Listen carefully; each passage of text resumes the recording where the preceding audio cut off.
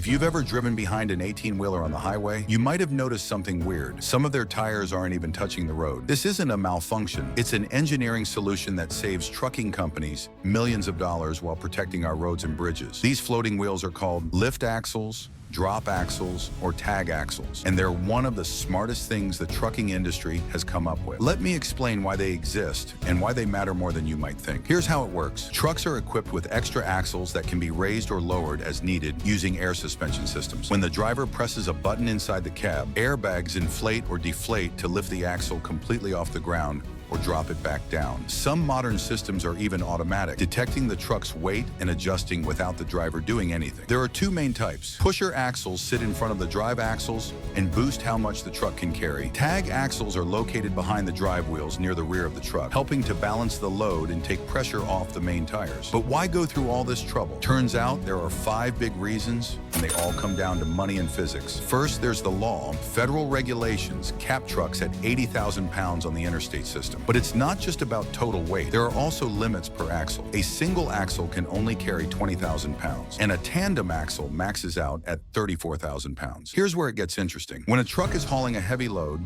the driver lowers the lift axles to spread that weight across more wheels. More axles means the same total weight gets spread out, keeping each individual axle under the legal limit. When the truck is empty or carrying a light load, those extra axles get lifted back up because they're not needed. This system is controlled by something called the Federal Bridge Formula B, established in 1975, which connects how much weight you can carry to the number and spacing of axles. It's basically the government saying, if you want to carry more weight, you need more wheels to spread it out. The second reason is fuel savings, and this is huge for trucking companies. Every tire touching the ground creates rolling resistance and drag. When those extra axles are lifted on an unloaded truck, fuel economy gets way better. A 2015 SAE study found that lifting axles on unloaded semi-trailers resulted in fuel savings of 1.3% to 4.8%, depending on the vehicle setup. Testing by Hendrickson on a 6x2 configuration showed up to a 5% fuel economy improvement compared to traditional setups. Industry data from Link Manufacturing showed fleets operating under 60,000 pounds saw 3 to 5% better fuel economy. That might not sound like much, but when you're burning thousands of gallons of diesel every year, a 5% improvement means real money. Thirdly, there's tire wear. Commercial truck tires cost between $250 and $600 each, with premium tires running up to $1,200 or more. A full set of 10 tires for a tractor runs over $5,000 to $6,000.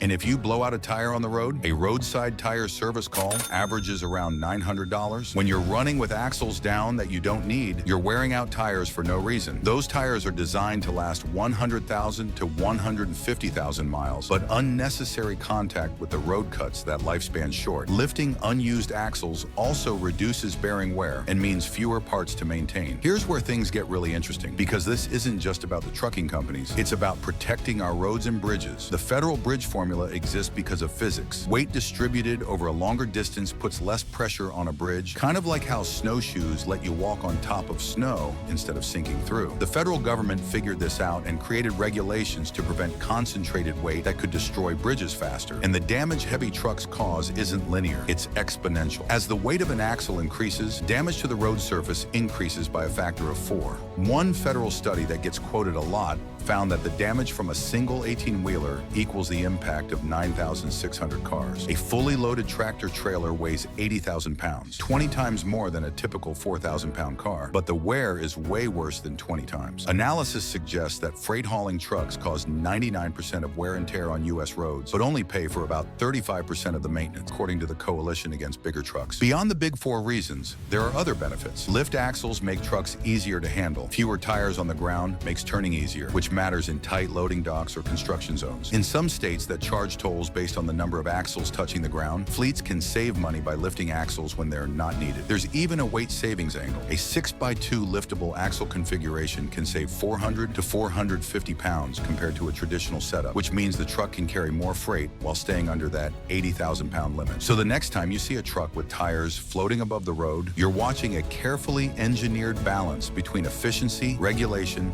and infrastructure protection. Those lifted wheels represent decades of figuring out how to move freight cheaply while preventing our roads and bridges from falling apart. The trucking industry moves 70% of all freight in the United States, and the Federal Highway Administration Administration estimates that about 25% of the overall increase in U.S. productivity from 1956 to 1989 came directly from investments in highway infrastructure. Those floating tires are a small but important part of keeping that system running well for the truckers, for the economy, and for the roads we all drive on.